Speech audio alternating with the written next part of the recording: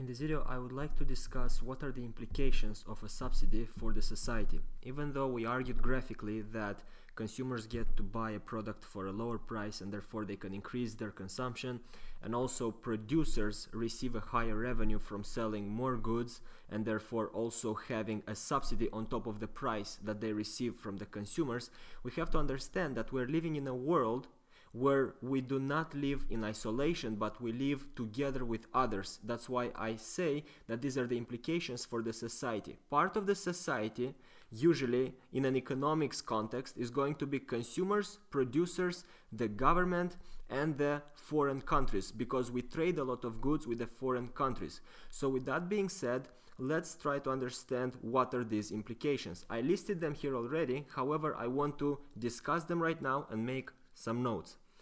So the first one, opportunity cost. Opportunity cost of a subsidy is going to be the other projects, public projects usually, that the government could invest money in instead of allocating this money into a subsidy. Instead of helping, let's say, farmers to produce crops at a cheaper price, the government could use the same amount of money to build better roads, better infrastructure, better public schools, better public hospitals, and so on. So therefore the question is, what is more valuable to society in that case? Is it the public education that could be improved? Is it the public healthcare that could be improved? Or is it necessarily the cheaper food and bread that people get to consume? So therefore here we could have other public projects, okay? For instance, public education or healthcare or infrastructure,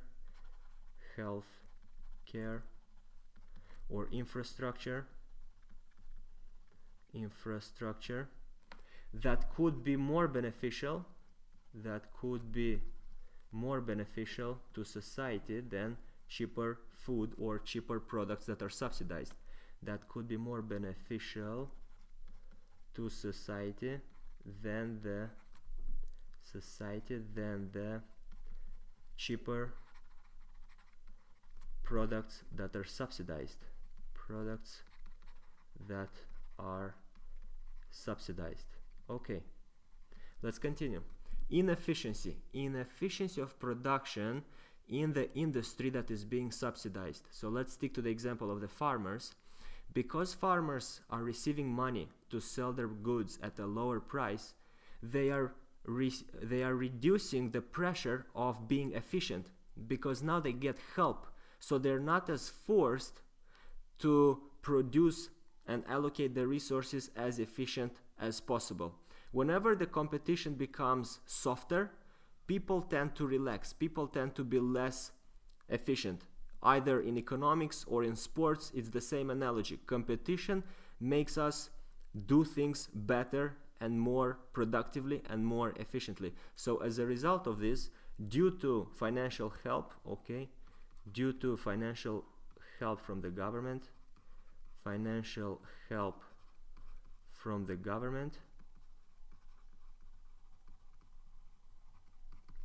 firms are not as obliged to allocate their resources as efficiently as possible.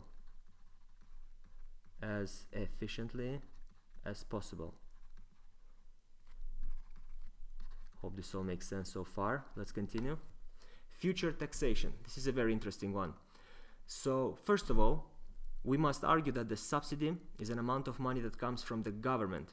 The government takes that money from somewhere, and in most cases that's going to be the taxpayers' taxes. Okay, we as employees and entrepreneurs, we are taxed on income, on salaries, and we are taxed on profits, such that the government collects a fund, the tax revenue.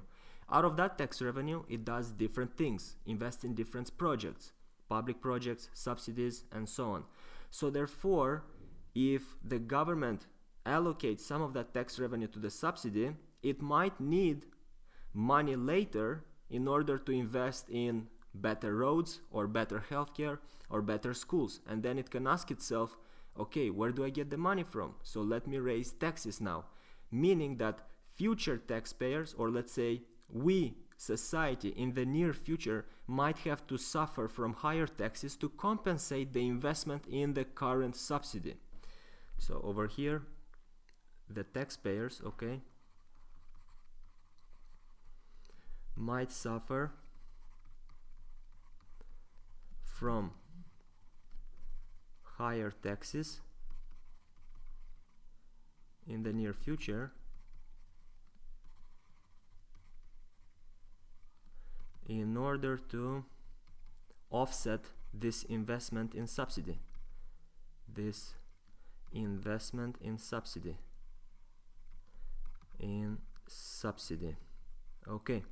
And now finally over here, an unfair advantage on the world market. So remember what I said in the beginning of the video. I claim that we are living in a world where we trade with foreign countries. And the reason I said that is because I wanted that to be an introduction to my last point of view, which is the unfair advantage on the world market. So when we get to trade with other countries, we are selling products and we are buying products, we're exporting and we're importing. However, we're not the only ones doing it. We're not the only ones who can export cheaper crops, cheaper rice, cheaper bread. Many other countries can do that as well. However, if we want to export to a certain country a lot of rice, for instance, and our rice is extremely cheap because of the subsidy, the people, the rice farmers from the importing country are going to suffer because they cannot keep up with the same level of price. They cannot hold the competition because they do not have that subsidy.